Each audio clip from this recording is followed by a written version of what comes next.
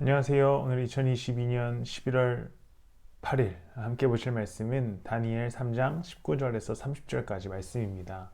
오늘 본문은 어릴 적부터 주일학교를 다니신 분들이라면 너무나 잘 알만한 말씀입니다. 사드락과 메삭과 아벳느고 이 다니엘의 세 친구가 금신상에 절을 하지 않았다는 이유로 느부갓네살 왕이 굉장히 분노하게 되고 7배나 뜨거운 화덕에 이 셋을 밀어넣는 장면입니다. 그래서 한 사람이 더 그 뒤에 붙어서 이들을 보호하고 느부갓네살이 그 장면을 보면서 이 모습이 신의 아들과 같다라는 이야기로 저분이 혹시 예수 그리스도신가? 라는 우리의 해석들도 있는 본문의 내용 중에 하나입니다. 저는 오늘 함께 나누고 싶은 묵상의 포인트는 이들이 화덕 안에서 구원을 받았다는 것입니다. 이것이 어떻게 보면 우리가 너무 이야기로 익숙한 것인데 이 세 친구의 관점에서 우리가 좀 살펴본다면 하나님께서 화덕에 들어가기 직전에 구원해 주셨으면 어땠을까?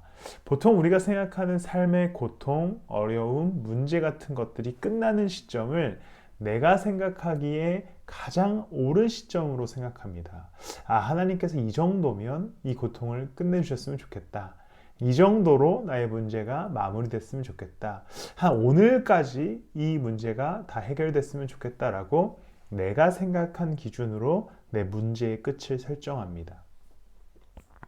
그러나 하나님께서는 하나님의 능력을 당시 바빌론 사람들에게 보이기 위해 또 느부갓네살 왕에게 보이기 위해 이 사드락과 메삭과 아벳느고를 화덕 안으로 집어넣는 것을 선택하시게 됩니다.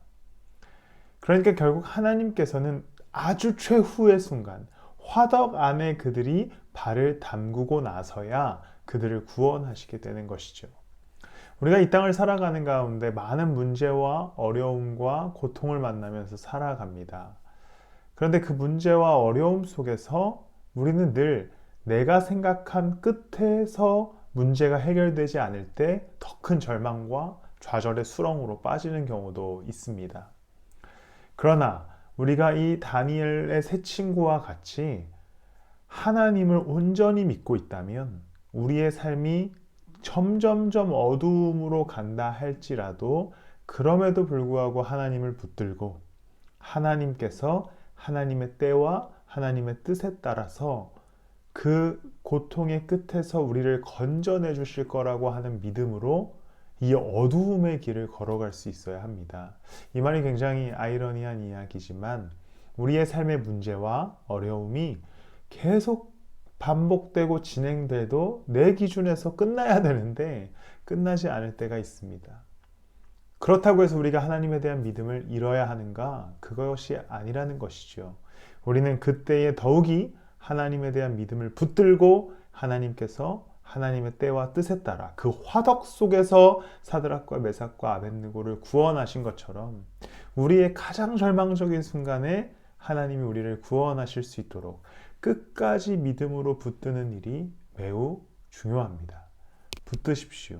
하나님을 끝까지 붙들 때에 하나님께서 우리 가운데 진짜 구원의 위로를 더하여 주실 것입니다. 기도하겠습니다. 하나님, 오늘도 알 수 없는 문제와 고통과 어려움이 우리를 휘감습니다. 언제 끝날련지, 언제 이 모든 일들이 정리될지 알 수 없지만 그럼에도 불구하고 오늘 이 길을 하나님을 믿음으로 걸어갑니다. 화덕에 들어가는 순간 다니엘의 세 친구를 구원하여 주셨듯이 우리가 가장 깊은 곳에 들어갔을 때 주님의 능력으로 우리를 구원하여 주셔서 건져내 주셔서 주님 앞에 평안을 얻고 또 진정한 회복을 누리는 우리의 삶 되게 하여 주시옵소서. 만약 우리 성도들의 삶이 오늘 화덕 가운데 있다면 그들과 함께 걸어주시고 화덕에 들어가기 직전이라면 주를 향한 믿음을 끝까지 붙들게 하여 주시옵소서. 감사합니다. 예수님의 이름으로 기도드렸습니다.